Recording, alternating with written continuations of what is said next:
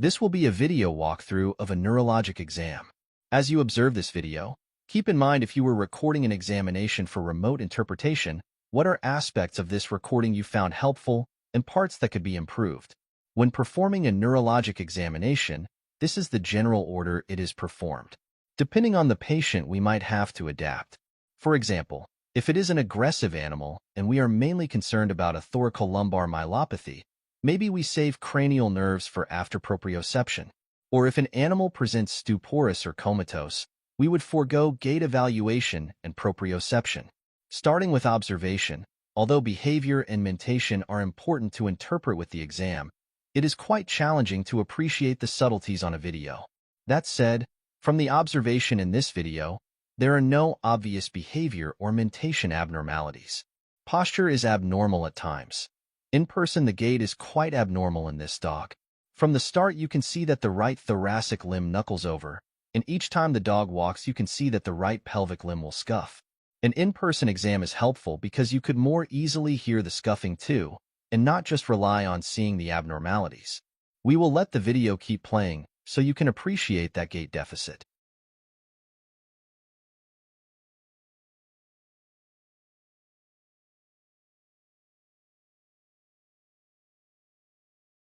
Eventually, when the dog tries to turn, his thoracic limbs start to splay out, and it is hard for him to get back to a normal position. Just based on this gait alone, I would be worried about either a C1, C5 myelopathy or an intracranial lesion, and we would need the remainder of our exam to help try and differentiate that. Remember other parts we are observing, such as muscle symmetry in the head and limbs. For the hands-on part of the exam, we will start with cranial nerves. I generally start with the meniscus because it checks so many boxes in terms of the brain and cranial nerves when it is intact. Notice that this dog will meniscus in each eye, but the meniscus is not complete bilaterally. This could be related to a visual deficit, a lesion to the brain, or a facial nerve deficit. However, in this patient, it was behavioral. Ideally, when we come across a patient with a meniscus such as this, we should evaluate the vision in other ways, such as watching them walk off-leash, performing the table test, or performing the cotton ball test. Since we are looking at the eyes, the next part of the exam I generally perform is the oculocephalic reflex, again looking at each eye individually in each direction, and we should see the eyes click fast in the direction we are turning the head. Still sticking with the eyes, I perform palpebral next, assessing the medial and lateral canthus. For patients where we are concerned about cranial nerve 5 deficits, I will also perform the corneal reflex. However, some neurologists will perform this on every patient. At this point, we have assessed cranial nerves 2 through 8, cranial nerves 2 and 7 with the meniscus, cranial nerves 3, 4, 6, and 8 with the oculocephalic, and cranial nerves 5 and 7 with the palpebral. To further assess cranial nerve 5 sensation, we will cover the eyes of the patient and perform an irritating movement to the nose, such as placing hemostats in the rostral nasal cavity. We are looking for them to react, typically by pulling away. I will also assess other areas of the face to see if there is some form of a reaction, either with blinking or a behavioral response. I will also assess the inner pinny as this is the sensory portion of cranial nerve 7 is being assessed. So even though we had already assessed cranial nerves 2 through 8 with the initial part of the exam, we still perform a more thorough evaluation to look for subtleties, as sometimes the subtleties are the key finding in the exam. Next, we will assess the gag reflex, as this evaluates cranial nerves 9, 10, and the cranial branch of 11. Afterwards, most animals will move their tongue after the gag is performed, which allows us to assess cranial nerve 12. The last part of the cranial nerve exam I generally performed is the pupillary light reflex. This could be performed at any point in the exam, but because it requires extra equipment, I generally perform it last. Assessment of pupil symmetry should be performed in ambient room lighting, along with in a dark room. However, it is difficult to record the pupils with a camera phone in a dark room, so it is not shown here. Notice that when I perform the PLR, I will perform the direct in one eye, then quickly assess the indirect in the other eye. In a well-lit room, I will then cover the eyes for 10 to 15 seconds to allow for pupil dilation, then repeat on the opposite eye. The pupillary light reflex, even in the light, is very difficult to capture with a normal camera, but it is possible. Other parts of the exam not performed in this patient were assessing smell, airflow through the nostrils, the fundic exam, and the Schirmer-Tear test. I try and perform the airflow test and fundic exam on every patient, but it is nearly impossible to record the fundic exam without special equipment, and the airflow test is hard to capture on video at times as well. For most patients, I rely on history to let me know if there is a change in their ability to smell, and although the Schirmer-Tear test is part of the complete exam, as it assesses the parasympathetic portion of cranial nerve 7, we generally only perform it if there is suspicion of dry eye. That said, it is not wrong to perform in a patient that allows for it. The next part of my exam is assessing proprioception. As previously stated, sometimes I will perform proprioception first over cranial nerves, such as with an aggressive patient where I am most concerned for a myelopathy, so don't get too set on a specific order. It is more important to adapt to the patient versus making the patient adapt to you.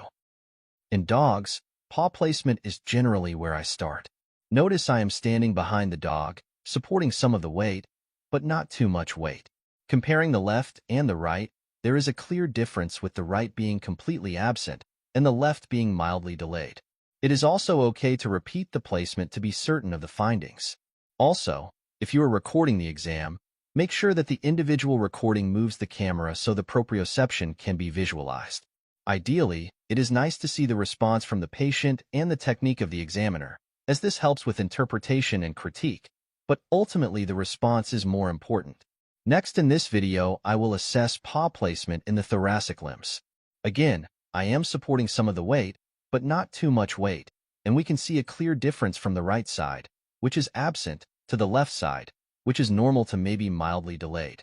Sometimes I will perform paw placement and hopping in the pelvic limbs first before moving to the thoracic limbs, but in this patient it was more convenient to finish paw placement in all limbs first. After paw placement, we will perform hopping. When I perform hopping, I will pick of the limb opposite to the side I am assessing, by the humerus, versus the carpus like most people do. This is for two reasons. First, I am flexing less joints, and if this is an older animal with arthritic pain, they might show discomfort when you flex all of their joints. Second, it is harder for the animal to bite me when I am closer to the base of the neck. With me getting older, I am getting slower, so any advantage that I have to keep from getting bit, I will use.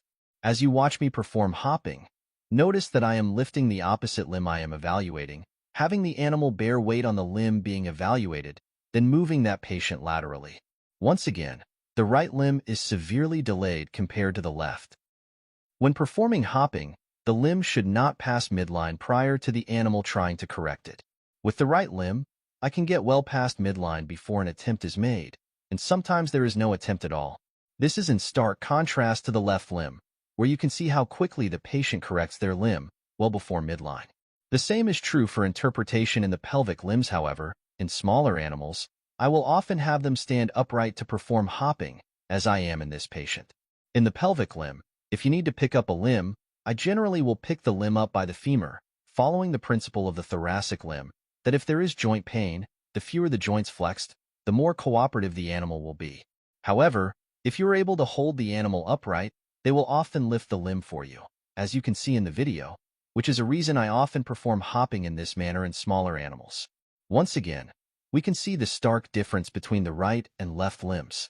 One of the last parts of the neurologic exam I perform are reflexes.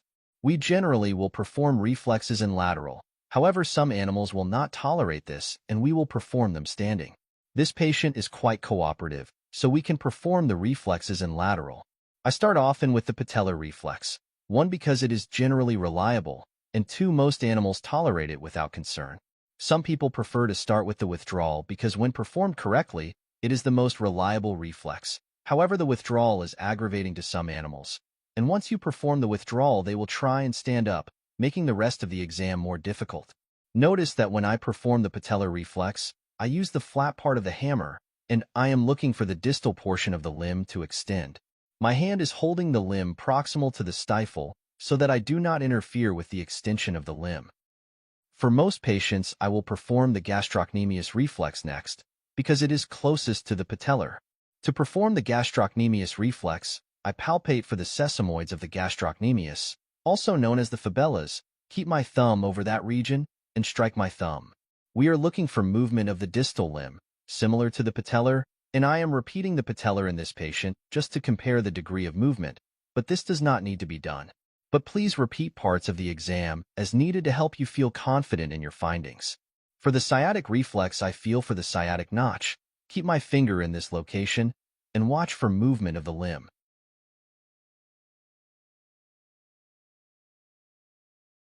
For the cranial tibial, you want to strike the muscle belly with the pointed side of the reflex hammer, looking for flexion of the tarsus. Finally is the withdrawal reflex. I typically will put gentle pressure on the webbing of the toes, applying more pressure, but briskly, until I get a response. If there is still no response, I will then pinch the toes over the bone, and if there is still no reflex or response, I will use hemostats, but this is rare. I have to go to that level. Notice I am assessing movement of each joint, the tarsus, stifle, and hip. Lastly, I will perform the Babinski reflex, going from distal to proximal on the caudal tarsus. For the thoracic limbs, none of the myotatic reflexes are reliable, so don't feel obligated to assess them. For those interested, the biceps is performed by flexing the limb and pulling caudally on the elbow joint to get the biceps under tension, then striking your finger that is pulling the joint caudally. The region you should be holding is similar to where you would hold off for a blood draw of the cephalic vein. We are looking for flexion of the biceps when the insertion is struck within this region. Next, we will assess the triceps reflex. There are two ways this could be performed. First, we can flex the carpus, then internally rotate the limb as shown. This puts the triceps under tension, and we can strike the insertion of the triceps on the olecranon. If we do not see a reflex, like in this patient, we can then extend the limb cranially, with the goal of getting the triceps under tension, then striking our fingers at the level of the insertion, as seen in the video. This time we have a response where the triceps will flex. The final myotatic reflex is the extensor carpi, where we strike the muscle belly with the pointed end of the reflex hammer. The distal portion of the limb should be relaxed and not extended, as the motion we are looking for is extension of the carpus. Finally, I perform withdrawal. Despite it being the only reliable reflex in the thoracic limb, a lot of animals do not appreciate our assessment of the withdrawal and will try and get up when it is evaluated. Therefore, I perform it last most of the time. The withdrawal in the thoracic limb took more force for me to get all the limbs to flex, but we were finally able to do it, applying more and more force for the assessment. Finally, we will check for a crossed extensor, which is present in the right limb of this patient. I find it easier to assess for crossed extensor on the up limb. However, several neurologists I have worked with feel the opposite, so find what works best for you and the patient. I did not include the following in this video because I want to drive home a point, except for the perineal, as is not something I wanted to show online, so that is why it is not included, but it is part of the complete neurologic exam. In this patient, it was normal. I did not include cutaneous truncee or hyperpathia because it does not change our neurolocalization. So let's go through the abnormalities and see if you agree with my localization. Looking at the gait, we know at least the right thoracic and pelvic limbs are affected, as there was paresis and proprioceptive ataxia in both of those limbs. This means we are either concerned about a cervical or intracranial lesion, and our proprioception agrees with this finding. To ensure this isn't a motor unit disease or a lesion in the intumescence, we need to perform reflexes, which were intact. So, at this stage, we are left with either a forebrain lesion or AC1, C5 myelopathy. Since our behavior, mentation, and cranial nerves were largely normal, we are left with one option, and that is AC1, C5 myelopathy, which is right-sided. If the cutaneous truncee cutoff was at T13, L1, I would still prioritize AC1, C5 myelopathy. The same is true for hyperpathia. If we pressed on the dog's back and there was pain at the thoracolumbar junction, I would still prioritize AC1, C5 myelopathy.